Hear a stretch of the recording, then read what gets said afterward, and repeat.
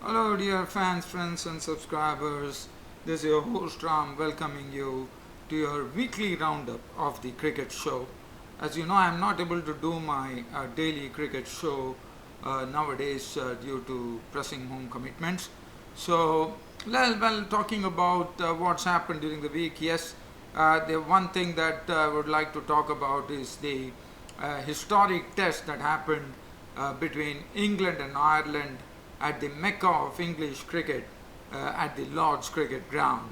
Ireland were almost close to making history, and there was a real shocker for England when the England were actually bowled out for just 85 runs, and that was a real shocker, no doubt about it. Definitely, probably the England batsmen actually playing with a bit of overconfidence and slashing at balls which they should not have played. So there was a lot of injudicious stroke play, and that resulted in Tom Murtagh.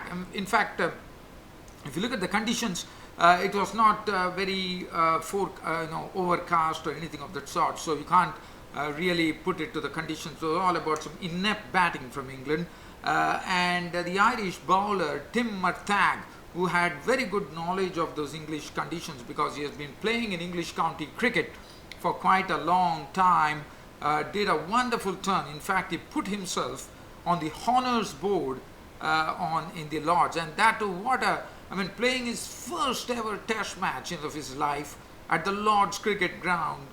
Tom Murtagh just went through, skite through the England batting and bowled them out for just 85 runs.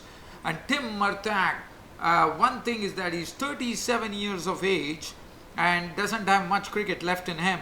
And just to see him complete this task in the very first test that he was playing at the Lord's Cricket Ground was something, a sight to behold, I would say.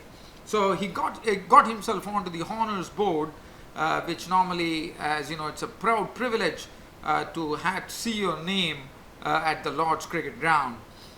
So that was a wonderful job done by Ireland, 85 all out. And then Ireland, they definitely did a good job. They could have probably gone on to make a much bigger score, but it was not to be, as Balbirnie scored his maiden 50 in Test cricket, Andy Balbirnie, and played some exquisite strokes, one could say, as the Ireland were actually bowled out for 207. Thus getting a lead of say 185, so basically 122 runs, which was a very handy lead. England in their second dig showed much better. They knew that they had to really stick it out there, and they would have been under tremendous pressure, no doubt about it. In fact, we saw some rare happening as far as Test cricket is concerned. We have heard about night watchmen walking in the middle when a wicket falls, a night watchman walks in, but one has never heard about an opener coming in as night watchman. With just 1 over to go, England were they were so aware that they decided not to risk Jason Roy, but on the other hand, they sent Rory Burns, and they had Jack Leach opening the innings as a night watchman. But what a star turn that was for England, as thanks to Jack Leach, who picked up his highest ever, his maiden 50, and one really felt sorry that Jack Leach, after putting all the hard work, even for Somerset, he has not done something of this sort. He went on to make 92 runs, which was really a great effort. At 92 runs, playing like an accomplished player, and that was really something that he deserves a lot of credit. And it's only thanks in the main to Jack Leach's 92 and Jason Roy contributing 60 odd runs, making his debut, playing his first his test of his career. Finally, the Englishmen managed a total of 3-3. In fact, the Irish bowlers, one thought, Thompson and Mark Adair on his debut was extremely superb, and 303 all out England, and then finally the target for Ireland was 182, and definitely never looked like a piece of cake, no doubt about it, but never looked like what Ireland did to themselves, as they were totally demolished. In fact, they would have probably on the previous day they would have nurtured hopes of a maiden victory in Test cricket, but Ireland were completely skimmed away, one could say. They were grounded to the dust by the bowlers Chris Wokes, who went on to pick up 6 wickets, and Stuart Broad, who went on to pick up 4 wickets to totally demolish Ireland for just 38 runs, and England not only taking themselves out of jail after a shocking first innings total of 85, but coming in and showing what England, the champions, are made of, as England won the match by 143 runs. And that was it as far as the England-Ireland match was concerned. But what a match here at the Lord's Cricket Ground, which got over in just 3 days. Okay, now we shift the focus here from the England-Ireland match and we look on to a match that was played between Sri Lanka and Bangladesh. So let's have a look at what happened there. But before that, I might have something to talk to you, dear fans, friends and subscribers. We also have just as you know, I'm broadcasting here from my studios here in Toronto. As I'm talking to you, that there is one match underway right now in the third match in round 1 at the Global T20 Canada tournament, which is happening right now at Brampton. And the match is happening between Edmonton Royals and the Toronto Nationals. The Edmonton Royals made 191 for 6 of their 19 overs, which was decided to play only 19 overs, and Toronto Nationals in the next 36 balls required another 72 runs. They had 5 wickets standing. I'm not going to go into much detail on this. This is a live update coming in from the Global T20 Canada tournament, which is running on right now. But let's talk about that man who has really made cricket his own, none other than the Sri Lankan player. We are talking about Lasith Malinga. Lasith Malinga has played his last one-day international yesterday when Sri Lanka and Bangladesh clashed in the first one-dayer, and you know, Malinga could not have finished his swan song match in a better manner than this, as the Sri Lankans won the match against Bangladesh by 121 runs. It was the Sri Lankans who batted first, and Kushal Perera got on to a wonderful ton with Sri Lanka making 314 for 8 of their 50 overs. After that, the Bangladesh really had a struggle. There was no, let's talk about Lasith Malinga, who has really said goodbye to international cricket. Lasith Malinga's name will be reverberating in Sri Lanka, no doubt about it. And Lasith Malinga showed his prowess, not prowess, one could say, showed his old class, as you know, he has been a special, he has had those wonderful toe crushers, and that was one of those toe crushers which actually claimed the Bangladesh opener Tamim Iqbal, the captain, the acting captain of the team, as his timber was absolutely shattered when a ball from Lasith Malinga settled down, snuck under the bat of Tamim Iqbal. It was a Yorker which actually moved in late and went on to hit the timber, and that was the end of Tamim Iqbal, and Tamim Iqbal could not even believe his eyes. So that was the first wicket. After that, this man, the master pace bowler from Sri Lanka, Lasith Malinga, actually started testing Soumya Sarkar, the youngster, with 2 Yorkers. And probably Soumya Sarkar did not expect the third Yorker to come in a flash. It came in.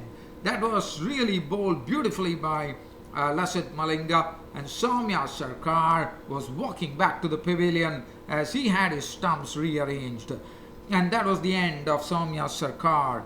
And what for Bangladesh, I think They could not get their bearings right, barring Mushfiqur Rahim and Sabir Rahman. Nobody really got going, and in the end, it was a nice present for Lasith Malinga, who bid goodbye to international cricket. What a cricketer Lasith Malinga has been.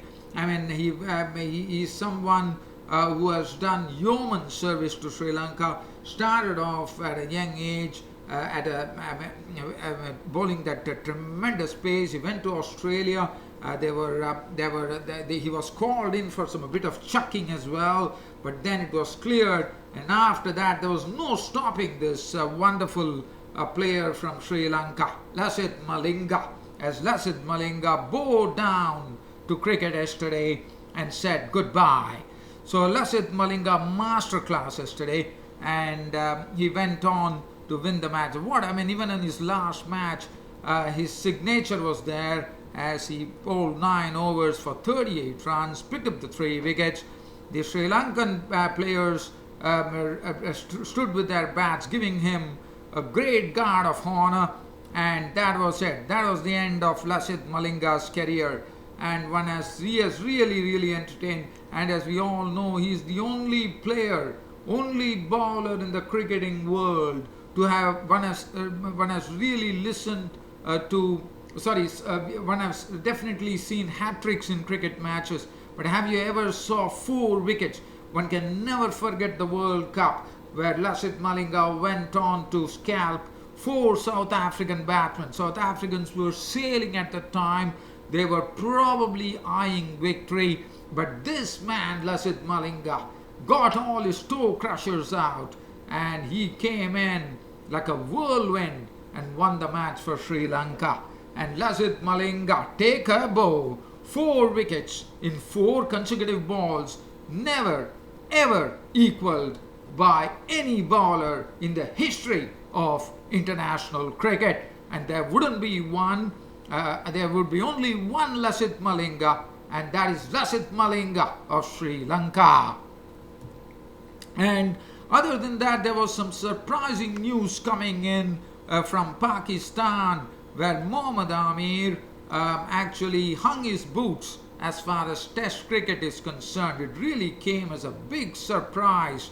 As you know, Mohammad Amir played in the World Cup. He was the highest wicket taker in World Cup 2019, and he also has been performing very well in all the formats of the game. And it came as a real surprise that Mohammad Amir has decided to announce his Test retirement at just the age of 27, and that is the time when the bowlers really start peaking, according to me. And I really feel very sorry for Mohammad Amir. Probably wants to take care of his health, but he has said that he has retired because he wants to actually concentrate on the wide form ball of cricket, which is the T20 and ODI version, and that's the precise reason he has decided to hang up his boots as far as Test cricket is concerned. But Amir, he would definitely be missed because he has been an integral part of the Pakistan cricket team. Well, we all know that he was banned and he was given an early reprieve, but nevertheless he did his job. He played in the World Cup, and one would have probably thought Mohammad Amir would have been a part of Pakistan. Yes, he would be definitely playing in World Cup, but as I said, Test matches are all over for Mohammad Amir, this wonderfully talented bowler. So Mohammad Amir taking 119 wickets in total, did a good job. He had, I think, 4 or 5 wicket hauls and 2 or 3 10-wicket hauls. So definitely, I think one really feels sorry for Mohammad Amir that he won't be a part of the Test scene for Pakistan. Okay, now the other thing that the news that is coming in right now from Bangladesh is that Shaw Longwell of South Africa and New Zealand's Daniel Vettori have landed Bangladesh coaching jobs, and also the 2 teams. I'm going to talk about the selection for the Ashes, and we're talking about the Ashes. Jofra Archer's name would really come right there on the top of the list, no doubt about it. And Jofra Archer will finally be seen in his first ever Ashes series of his career, when England take on Australia, and Jofra Archer, the man who was a revelation in the World Cup at an young age, coming in and really in his very first World Cup, impressing one and all in the cricketing world, impressing the experts, comes in, and now he's the one who has been selected in the team. That was well expected, no doubt about it, but nevertheless, it's going to be a grand, I think, a grand thing for Jofra Archer. Ben Stokes has got back his vice captaincy. He has been named as the vice captain for the 14-man squad. And the other news is that Australia also announced their Ashes squad. They decided to go in for the Pacers. James Pattinson would be back in action. Peter Siddle has made it back into the mix, and they also have David Warner and Stephen Smith and Cameron Bancroft into the team as well, and I think it has a nice gelling there. And the other thing is that Josh Hazlewood, who did not play in the World Cup, would be seen in action as well. Mitchell Starc, Pat Cummins, so it seems to be a very formidable Aussie pace attack, one reckons. And other than that, I think we are in for a grand Ashes series, no doubt about it. The battle will be absolutely on. England would be well aware. They've already got a wake-up call against Ireland, but they have come up trumps. But now the battle royale beckons as England take on Australia in the Ashes series, which is coming up. And other than that, I have to say the second one-dayer that is coming up tomorrow between Bangladesh and Sri Lanka is going to be very crucial for Sri Lanka, because it's been almost 2 years since Sri Lanka has won a home ODI series. And if tomorrow, since this being a 3-match ODI series, if Sri Lanka could once again put it across Bangladesh, Sri Lanka would be better relieved. As I said, it's been 2 years since Sri Lanka have won an ODI series at home, and tomorrow would be the day. Well, dear fans, subscribers, I think that really sums up everything as far as today's cricket show goes. I hope you all enjoyed this broadcast, and it's about time for me to actually sign off on this cricket show. And as I said, unfortunately, I have not been able to really live up to the name of a daily cricket show. As you know, I have not been able to get time. I am only able to do it as a weekly cricket show now. But as you know, I'm always active on Twitter. So Twitter is something that you can always rely upon, where my tweets are already seen there. And my cricket website is definitely not able to do much justice over there as well. But the cricket website is already there for everyone to watch. At least I have posted a lot of things as far as World Cup is concerned. Well, this being said, it's about time for me to sign off on this cricket show by telling you that tomorrow I will once again be back with the Sunday version of Cricket Happenings. So and probably tomorrow you will see me talking about the second one-dayer that is coming up between Bangladesh and Sri Lanka without Lasith Malinga, who has retired from international cricket. As I end up this cricket show, I would like to salute that wonderful pace bowler from Sri Lanka, Lasith Malinga, and he has the concoction of bouncers, yorkers, special toe crashers, slower deliveries. He always bowled 6 different balls in an over. Lasith Malinga, take a bow and wish him good luck in his retirement days. Thank you.